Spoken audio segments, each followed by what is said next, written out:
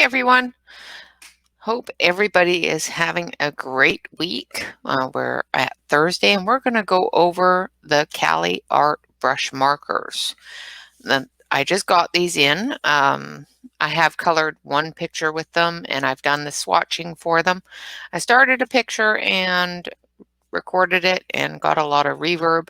So we'll do some work on the picture that I started, and we'll go over the ins and outs of the Cali Art brush markers. There's 51 markers, one of which, of course, is your blending pen. They all are numbered, and they all have their names on them on this little, there we go, on this little thing on the side. So they're easy to swatch. I did do a swatch for them. Lots of different colors, really nice colors. There's a couple of skin tones, which is a good thing to have in any marker set. I use my markers quite a bit for skin. There's some good colors. Lots of fun stuff. Now this is the picture that I already started, and I started them by using some of the greens and some of the blue greens, yellows, that sort of thing. I wish I hadn't messed that one up because it was a good one. I wanted to share with you. I did, use quite a few markers on this. The great thing I like about these markers, so we're going to dive right into them. Not only do they have the name on the side and the number on the end, but have these little nibs on them that keep them from rolling off your desk. They won't roll away on you. The nib is a brush nib on one end and a chisel on the other, so you can cover large areas as well as get into those tight little areas. And they are really juicy. They're not splatter juicy, but they're juicy enough that the edges stay wet for quite a while. Now, I am not absolutely fantastic with pens. I do have a few sets that I really like. I love my Artezas, and I have a regular set of Cali Arts that I really enjoy. The only other brush pens that I have, they're not Copic level, but they are expensive for what they are, is the Chroma pens. So the only thing that I have to compare these to is my Chroma pens, and I like these better. The nibs seem to be a little bit more wear resistant with the Cali Arts than with the Chromas. And the great thing about the Cali Arts, and one of their selling features, if I can get this off, is once that nib wears down or frays or whatnot, you just pull the nib out, flip it over, and you've got a whole new nib. So that tells me that the nibs are replaceable. I have replaced some of my nibs on my Chromas with the nibs from the Copics. Now, I do have 2 Copic markers with the brush nibs, so let's compare those. Let's compare those nibs. So side by side, the Cali Art nib seems to be a bit longer, a bit thicker on the end, and has a bit more taper on it. The brush marker here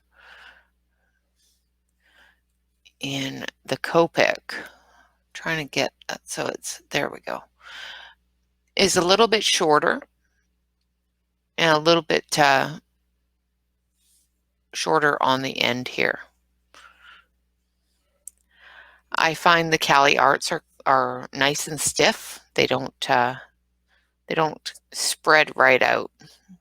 Let's see if there's something I can color with this one. Color some of the rocks up here, I think. I'll go over that with a different color because blue rocks, really.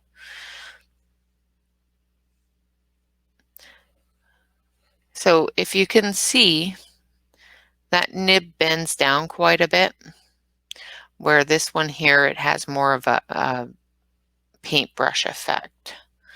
So I think this is, what brown is this? Okay, this is potato brown. So if you watch here,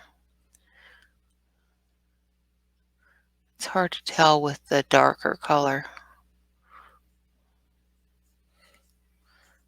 I'll have to switch you over to the close-up camera. Just give me a second here. Put that lid back on there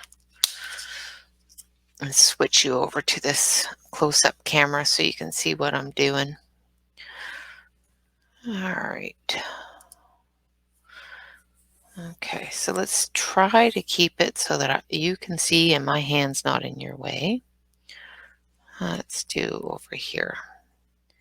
So as you can see, that nib doesn't bend down really far, and that very tip just washes, it just wipes. Let's see here.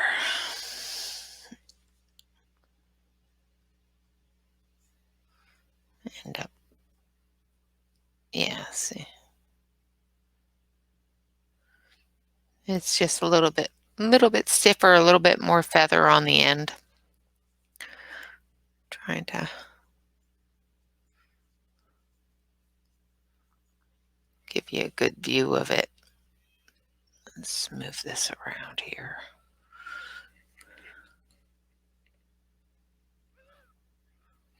Don't know if you guys can see the movement of the nib with it being so dark. All right, let's try a different one, maybe a lighter one. Yeah,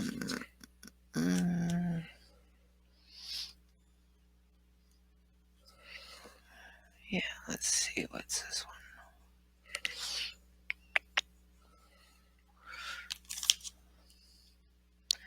Just trying to find the right color.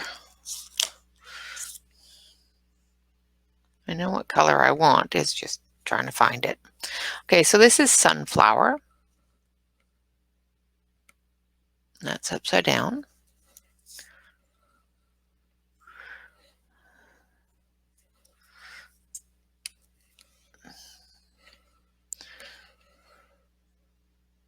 So see how that nib just sort of, the very tip of it bends, but not as much of the nib itself bending there.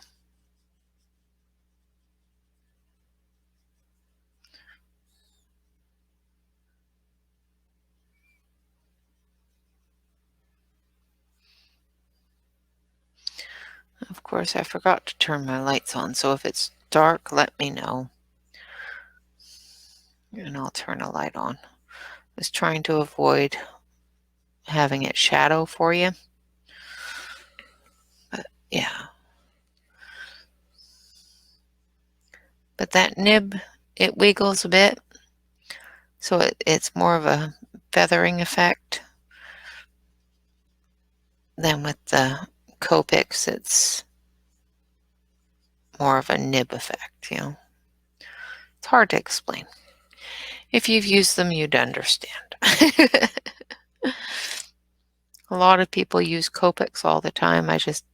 I don't use markers enough or well enough to justify that cost. They are fantastic. I absolutely adore them. I have a regular set of Copics that my husband bought me for Christmas last year by accident, and they're wonderful. They do have the regular nib on them though, so I don't use them that often. I like my brush nibs. And as you can see, they cover quite well. Always make sure that your edges of your coloring stay wet so that you avoid the lines. These are an alcohol marker.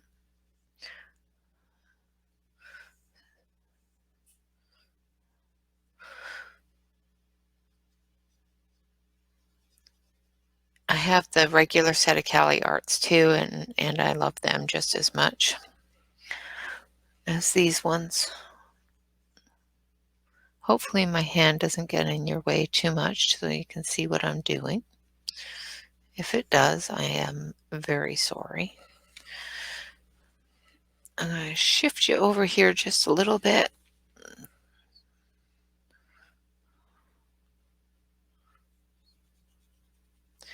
But as you can see, they cover quite nicely.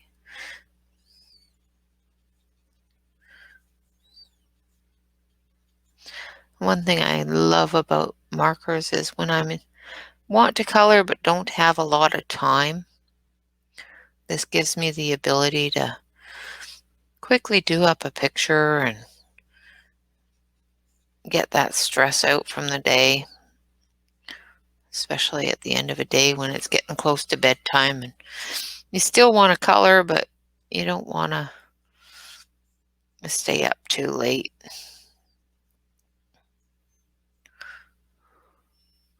Another thing I like about them is sometimes I get insomnia, and when I do, and I end up being up later than everybody else in the house because I use an electric pencil sharpener because my hands don't allow me to sharpen pencils very well. I can't really sharpen my pencils at night. So when you have insomnia and you want to color, but you can't sharpen pencils, sometimes it works out just perfectly that you don't have to worry about sharpening pencils. You just grab a set of pens and off you go. Shift you over just one more time here. Maybe we'll move on to a different color. Do some of these mint leaves here. Give you the ability to see the different colors.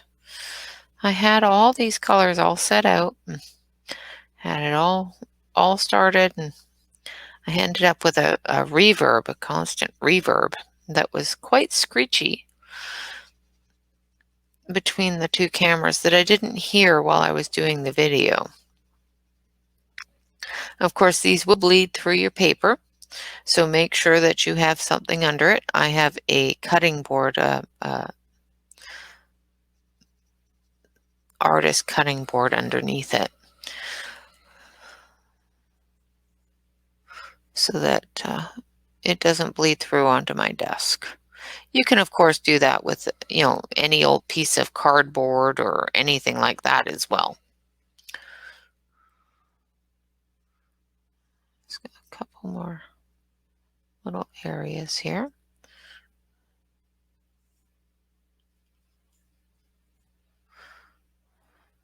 Looks like there's two different boards on this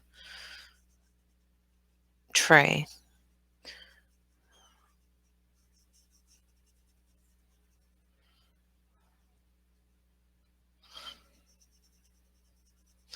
Not quite sure why the artist colored it that way. This picture is from Colorit's Freebie Friday. Of course, you can join their mailing list by signing up for their group on colorit.com. And they send out a nice picture every Friday. But that is the sunflower color. Now it's a tanny brown color, which I didn't expect from sunflower. I expected it to be a little bit more yellow. Some of the colors, they are a little bit different than you would expect.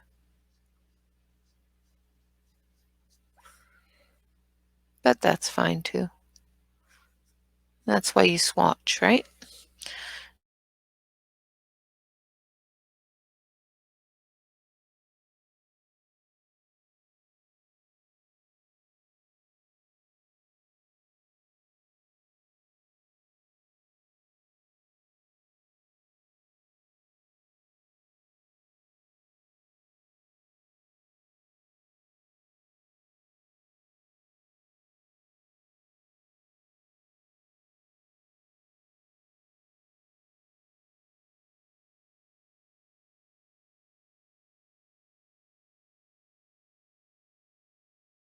Go through and swatch every, I think. So I'm just going to go back to this one. Not quite sure what that did to the video, so my internet went out for a moment, so I'm not sure what it did to the video.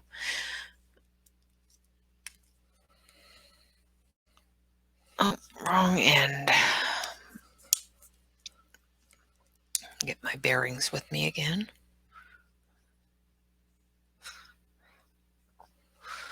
Okay. Now I'm going to flip you around here so that you can see what I'm doing.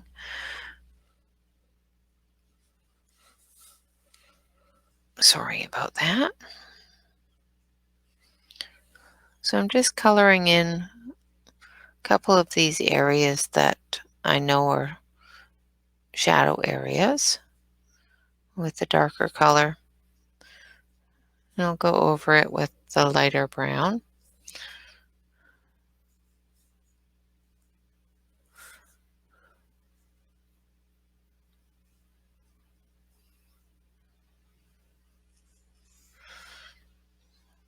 Of course, when you come up to the edge of something that you don't want that color onto, make sure that you stop at before the edge, because if you do have a bit of bleed, you don't want it in your other color.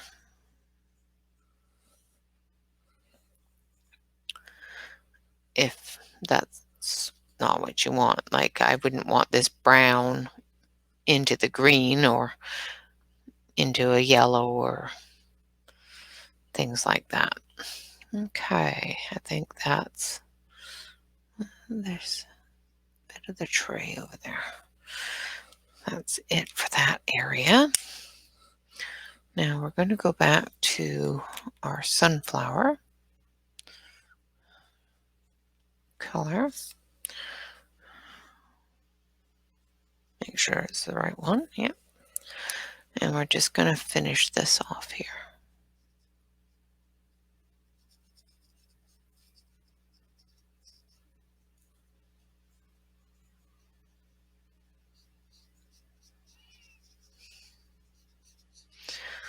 Now, of course, there's all sorts of techniques out there to make wood look like wood and stuff like that. I am not proficient enough in markers to do that, but there are some people out there that are, and that's really cool. One of these days I'll figure that out.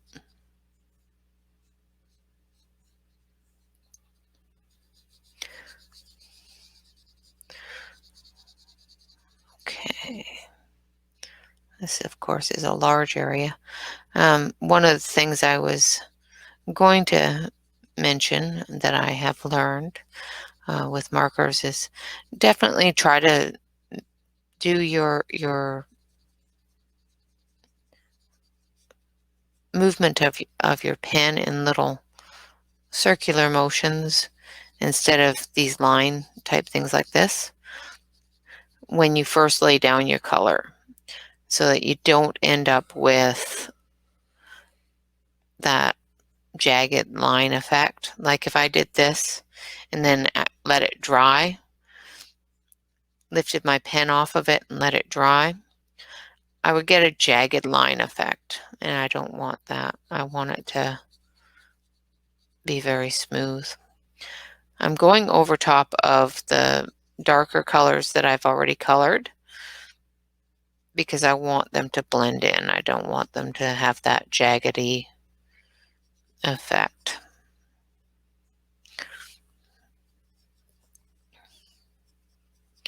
And of course, I'll go over some areas with a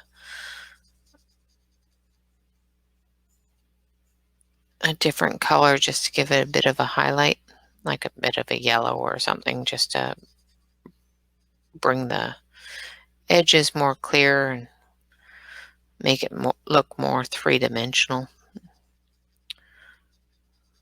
instead of a flat piece of paper. We want it to have some dimension to say, okay, this is a tray, it sits up higher than this, or this is a table, it looks flatter than this, or that sort of thing. Now I don't want this color in that color, so I'm trying to stop a little ways away from it and let it bleed into it. So I'm going to put that line there, and when I come up to that line and I go over it, it'll push that ink towards the honey stick.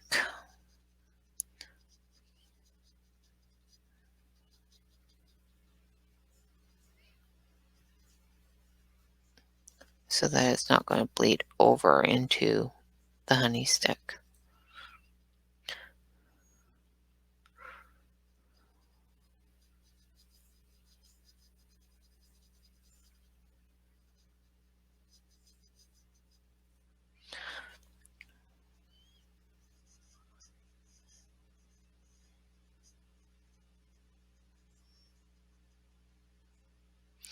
Now, if it doesn't go all the way down, just gently feather it on the very edge there of where the ink stopped, and it will flow right in. If you can see that.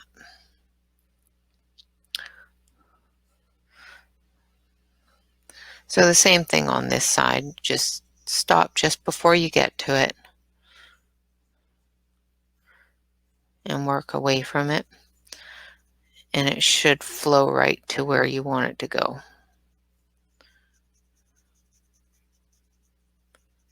And if it doesn't, just give it a little bit more of a ink push. And if it still doesn't by the time you're done with what you're doing, you can always go back and give it a little bit of a touch up. But as you can see, we've covered quite a large area with this pen, and there's no fraying on the edge. There's no tearing of the nib whatsoever. The nib is perfectly fine.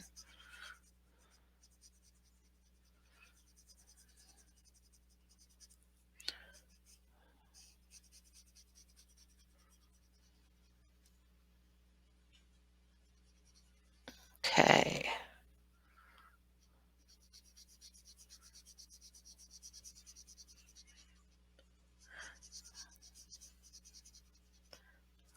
I've used some markers that the nib itself, in just doing a large area such as this area that we're doing right now, will fray that nib right down to strings.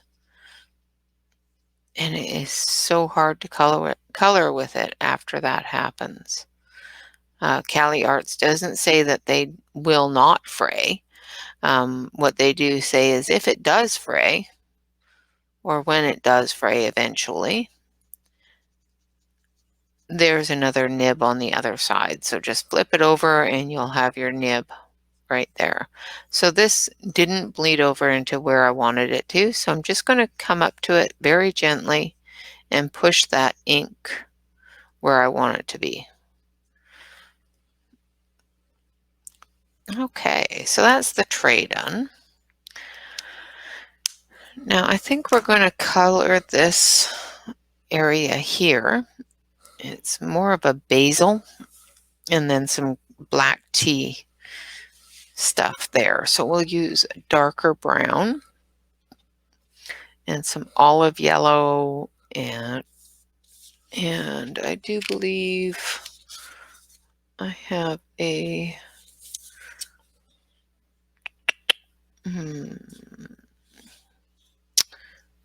yeah, this yellow green will work. So I need this one, I do believe. That's chartreuse.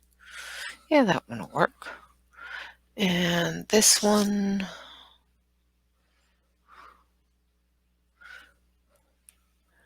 And what was the other one?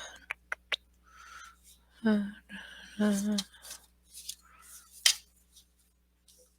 little bit of olive, so Y225. So I'm going to use these 3 pens for this area right here. I've got an olive green or an olive yellow. See if I can get it to focus on that. For some reason, my autofocus has kicked back on and is causing some issues, so sorry about that. So what we're going to do is we're just going to go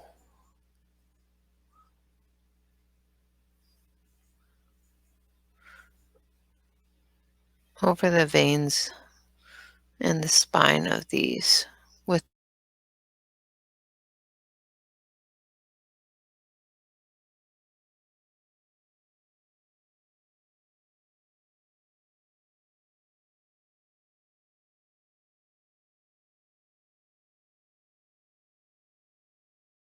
the olive. All right, so we're just going to make this look like it's a dried leaf.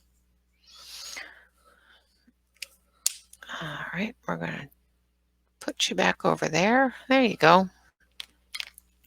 So we've got the olive yellow down. Now what we're going to use is the yellow green over the olive yellow.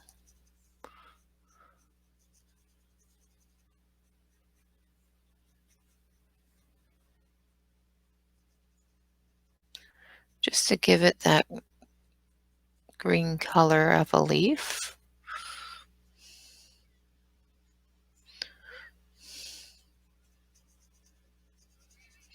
And I'm going over top of the olive color because I want to tone it down just a bit and blend it into this lighter green.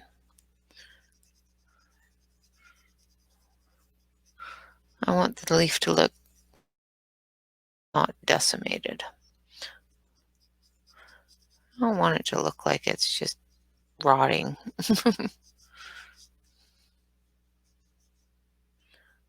All right.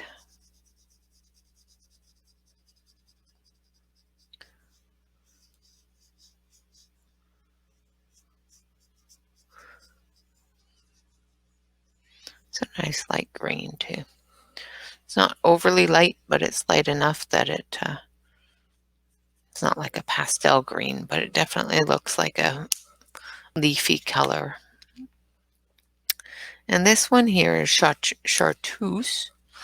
And we're just going to do little touches of that so it looks like it's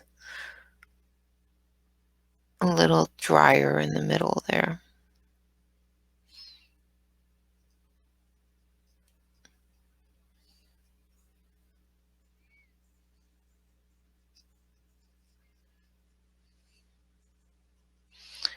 Give it a little bit of a shadowing effect. Basically, I'm going over and out from the middle spine here, just to give it that look. You know, when you dry it, when you have a leaf that's all dried out, it's a little darker in the center. Now for this part, I think we're going to use that olive yellow again.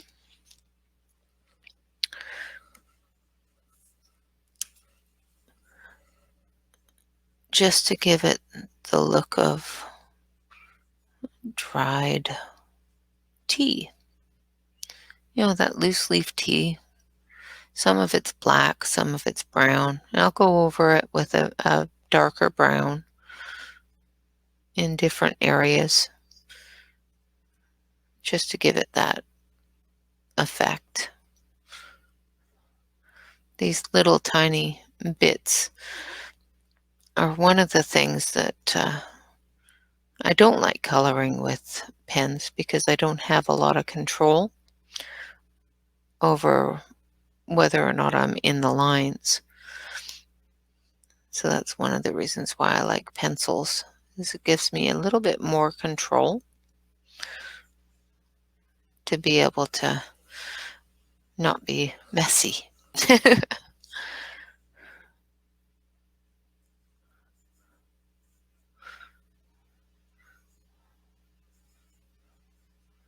But anyway, so that's that olive green color. Now we're going to go back over that with, I think it's this brown. Yeah, with a bit of raw umber.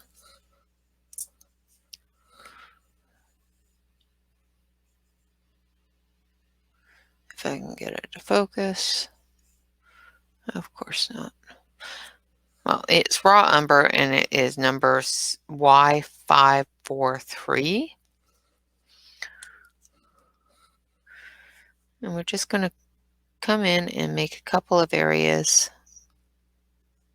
a little bit darker. And then we'll come in with a different darker color, a little bit more of a gray. Maybe even a couple of bits of black. Because dried tea is all different colors. And they're usually the darker colors, unless it's a green tea.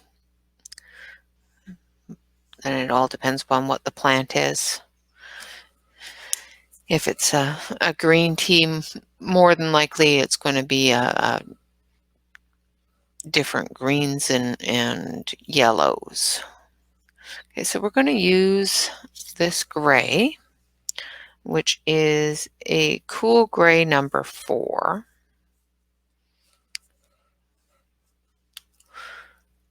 We're just going to go through and just give little bits of darkness to this in just little areas where things are touching, just to give it that shredded tea look. And of course, like I said, this is completely to interpretation. You don't have to ever follow any of the colors that I'm using. But if you want to, by all means. I'm just trying to give you an idea of what these pens can do on the paper and how quickly they lay down the color. They don't spread a whole lot. Like in this area here, I don't have any bleed out of the lines. And of course, if you have these little tiny little areas, for example, like right here, you just give a little dab and it doesn't go sprouting out all over the place. Or, you know, you don't have to actually do strokes. You can do little dabs. And even little dabs sometimes in really small areas will cause it to bleed. It's just the nature of the beast. But that is the greens and the browns. I'm going to do these lemons here, and then I will let you people get on with your day. Like I said, I really enjoyed these markers, and I wanted to share them all with you, and hopefully you will enjoy them as much as I do. So right now I've got lightning yellow and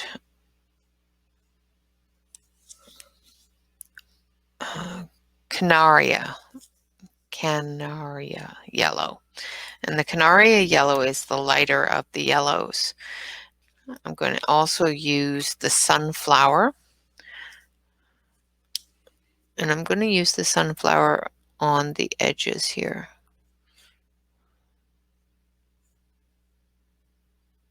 Just the edges of the fruit.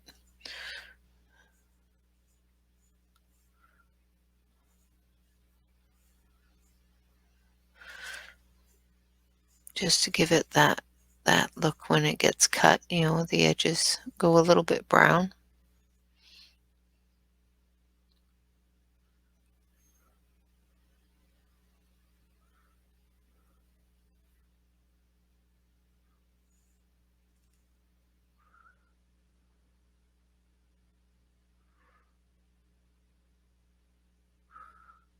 And then we'll go over it with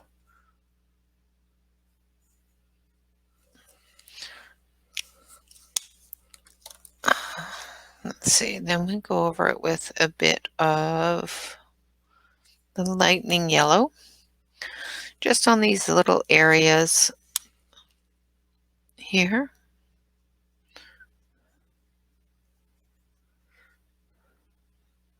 And of course here, because that's a shadow area. Now, as everybody knows, these center areas are always white, so we're going to just leave that white.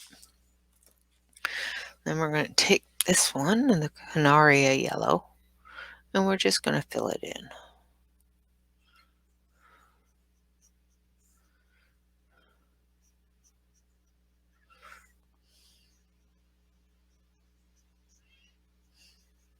Now, of course, you can also tone down different colors. You can wash them out a little bit with your blending pen.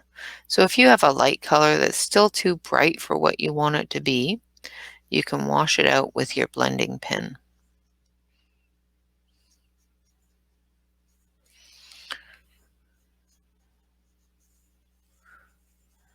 Okay, now my internet keeps going in and out. It seems that we're having a bit of a storm. So I'm going to call it a day for videoing, and I hope that I can get this uploaded. If I do, I want to thank you all so much for watching and for joining me. And if you do color this picture, once again, it is a picture by Color It. It was distributed on Friday, the 26th of June this year. So I'm going to switch back over to the other camera to give you a good view of what we've done and let you see what we've done so far. Just 1 second. There we go. Okay, so far we've colored the teapot. Well, I colored the teapot and the mug and the tea, and I did up these lemons up here. Today, in this video, we've colored the tray and these lemons and some tea.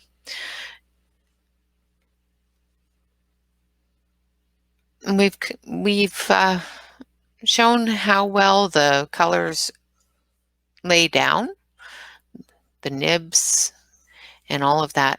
There's not a lot of streaking, which is wonderful. I love the fact that they don't streak. I don't like streaky pens. And it's probably one of the reasons why I don't like water-based markers is I find I make them streak like no tomorrow.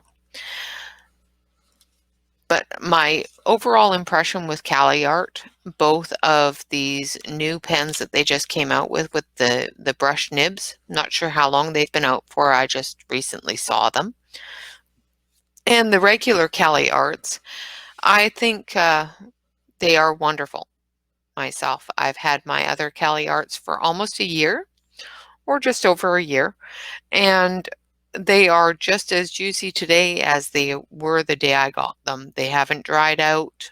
They haven't leaked. Nothing like that. These are really full of ink.